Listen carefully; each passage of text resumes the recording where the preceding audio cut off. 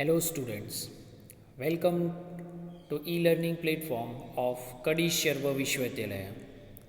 Today we are going a new subject, that is International Accounting for MCOM semester 4.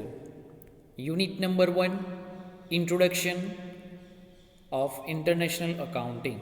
What we have to learn in this unit, that is definition and development of international accounting, compiled by Professor Premal Patel.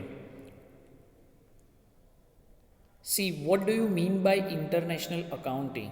First of all, the meaning, that is branch of accounting cares about international accounting practices that arises as a result of the practice of international activities by various multinational companies. हम देखते हैं कि हर एक जगह पर company, industry या तो firm कुछ भी हो, वहाँ पे एक अकाउंटिंग प्रैक्टिस या तो अकाउंटिंग प्रोसेस होती है, जिसकी वजह से हमें एक फैक्ट रिजल्ट मिलता है.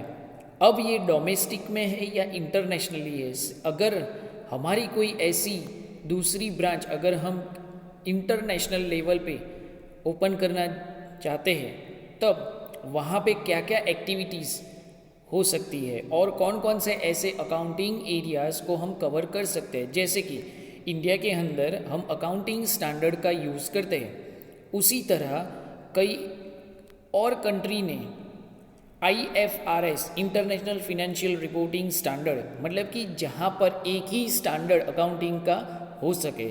सो मल्टीनेशनल कंपनीज, वो डोमेस्टिक या तो आउटसाइड कहीं पर भी हो, तो उसका स्टैंडर्ड सेम रहे और रिजल्ट एक्यूरेसी पूर्वक हमें मिल सके.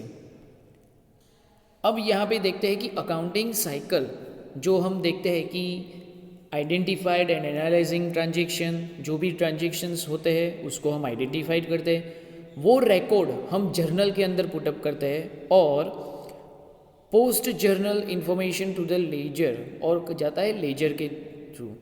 उससे trial balance, unadjusted trial balance prepare होता है. देन उस एंट्री को हम एडजस्ट करते हैं, उसकी वजह से एक एडजस्टेड ट्रायल बैलेंस वहाँ पे प्रिपेयर होता है. तब जाके हमारा फिनेंशियल स्टेटमेंट वहाँ पे प्रिपेयर होता है.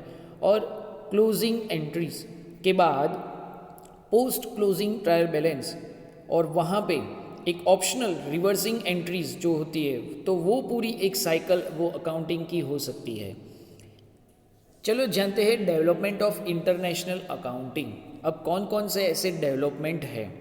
पहला जो पॉइंट यहाँ पे लिखा गया है, एक्सपांशन ऑफ वर्ल्ड ट्रेड, मतलब कि कहीं पर US अब या तो फिर इंडिया के अंदर जो भी हमारा बिजनेस है वो क्या हम कर रहे हैं, एक्सपांड कर रहे हैं, मतलब कि उसका स्टैंडर्ड और एक लेवल वहाँ पे इंक्रीज़ हो रहा है. तो कहीं ना कहीं हमें ये जानने को मिलता है कि जो भी हम ट्रेडिंग कर रहे हैं वो वर्ल्ड वाइड लेवल के थ्रू ट्रेड करते हैं. दूसरा जो पॉइंट है, इमर्जेंस ऑफ मल्टीनेशनल कॉरपोरेशन. तो यहाँ पे एक हमें डेवलपमेंट ये मिलता है कि कहीं पर गवर्नमेंट की पॉलिसी या तो रूल्स रेगुलेशन कहीं चेंज होते हैं, तब जाके एक न्यू डेवलपमेंट हमें मिलता है.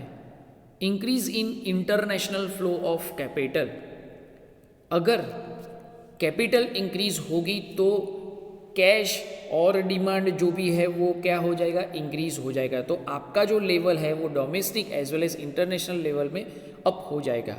हिस्टोरिकल इवेल्युएशन ऑफ अकाउंटिंग, अब पास्ट में क्या है और प्रेजेंट में क्या है, दोनों को मिलाकर अगर हम एक ही जगह पर स्टैंडर्ड लेवल को इम्प्लीमेंट कर रहे हैं, तो वहाँ पे हमें एक ऐसा रिजल्ट मिलेगा कि उससे इन्वेस्टर्स ज़्यादा से ज़्यादा इन्वेस्टमेंट करेंगे और उसका ग्रोथ भी बढ़ेगा. और आखिरी जो डेवलपमेंट है वो है need for harmonisation accounting practices, set of group, या तो फिर हम जितनी रिक्वायरमेंट है उतनी ही स्टैंडर्ड की लेवल जो है हम वहाँ पे यूज़ कर सकते हैं. So that is the development of international accounting. Thank you.